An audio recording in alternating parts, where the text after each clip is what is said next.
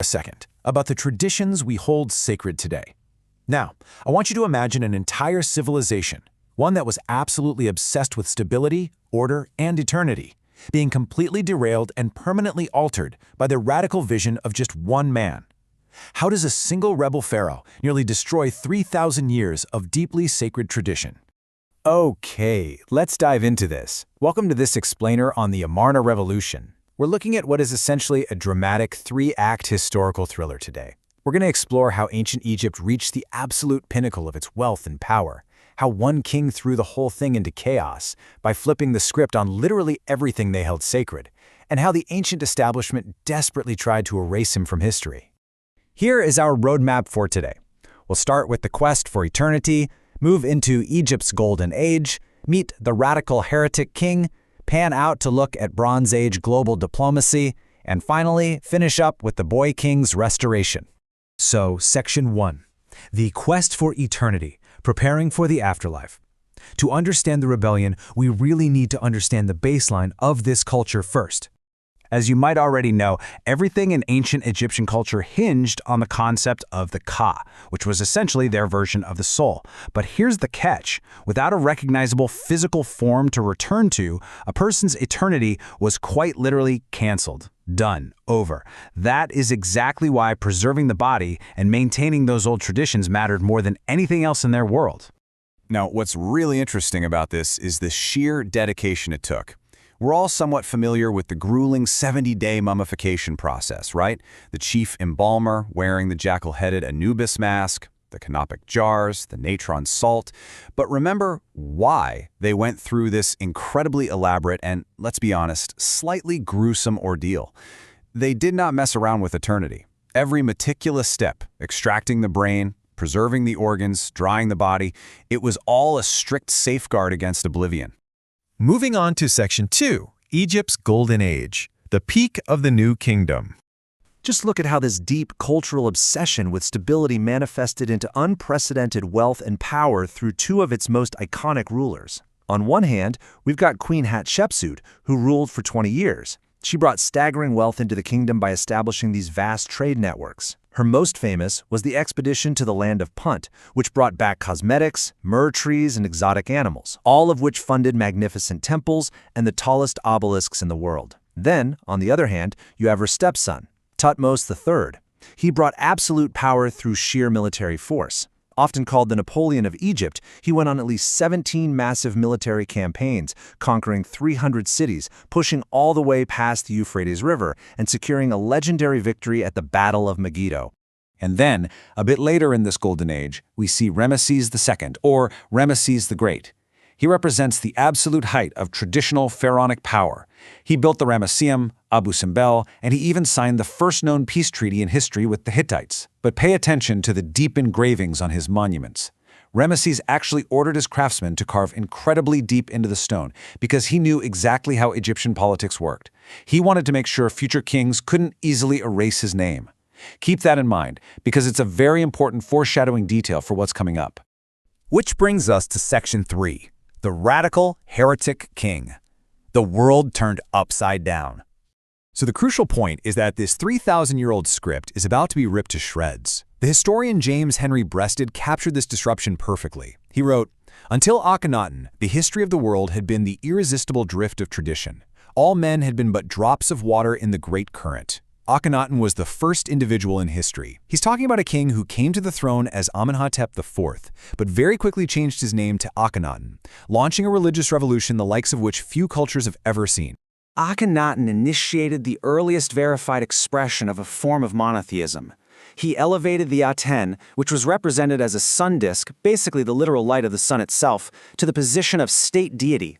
But he didn't just elevate the Aten, he aggressively persecuted the old gods. He sent agents out to literally chisel out the names and images of traditional deities like Amun from monuments, and he essentially fired the most powerful priests in the world. Can you even imagine the political fallout from that? Then, he and his queen, Nefertiti, packed up the entire government and moved it to a completely unoccupied patch of desert. He named this new capital Akhenaten, which is modern-day Amarna. And to build it fast, they used these smaller stone blocks called talatat, meaning unskilled laborers could construct the entire city in just 3 years. And this brilliantly illustrates how this rebellion bled directly into their foundational art. For a millennium, traditional royal art was restrained, formal, bound by strict proportions. But look at Amarna royal art. It's almost shocking. The royal family is suddenly depicted with larger heads, elongated, slender necks, long noses, large thighs, and drooping bellies. The figures are highly stylized and really androgynous, sometimes even blurring the physical lines between Akhenaten and Nefertiti. It was an absolute, unapologetic rejection of the past. Section 4. Bronze Age Global Diplomacy. The Amarna Letters. So while Akhenaten is busy turning domestic Egyptian society completely upside down, it's fascinating to look at what was happening outside of Egypt. We know about this thanks to an incredible cache of clay tablets known as the Amarna letters. These letters reveal a geopolitical landscape run by what modern historians call the Club of Great Powers. We're talking Babylon, Assyria, Mitanni, and the Hittite Empire. Despite the vast distances, these rulers engaged in constant, almost gossipy diplomacy. They operated like an ancient global village, writing to the Egyptian pharaoh and addressing each other affectionately as brother. They negotiated political marriages, alliances, and above all, the constant exchange of massive luxury gifts. But, oh man, they could also be incredibly petty. Listen to this diplomatic letter from the Assyrian king Ashur-uballit I. He's writing to Egypt to complain that he wasn't sent enough gold to make a profit.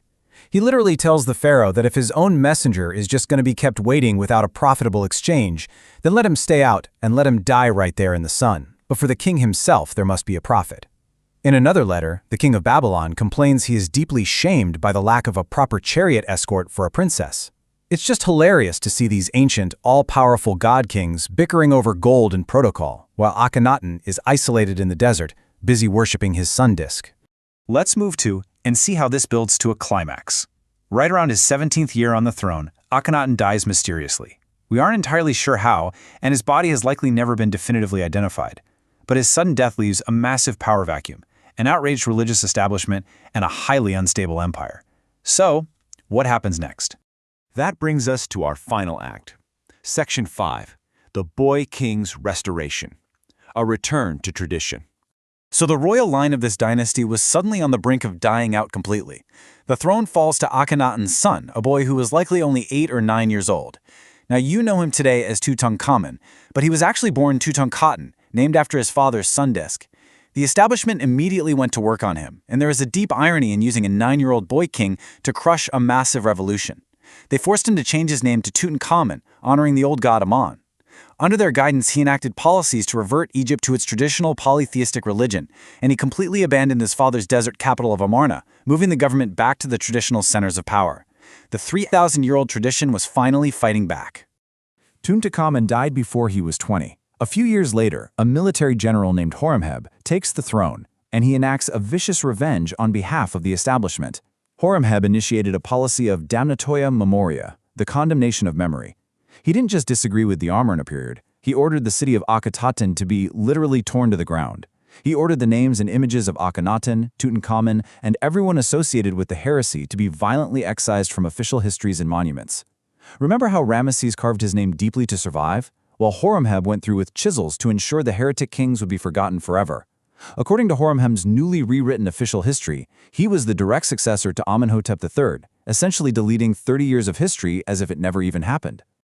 But this leaves us with a truly fascinating historical irony to consider.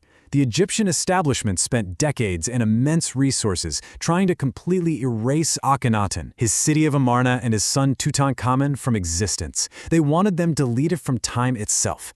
Yet today, because the ruins of Amarna were left uniquely preserved out there in the desert, and because Tutankhamun's tomb was hidden from tomb robbers by the very debris of later construction, they are arguably the most famous and heavily studied figures of ancient Egypt.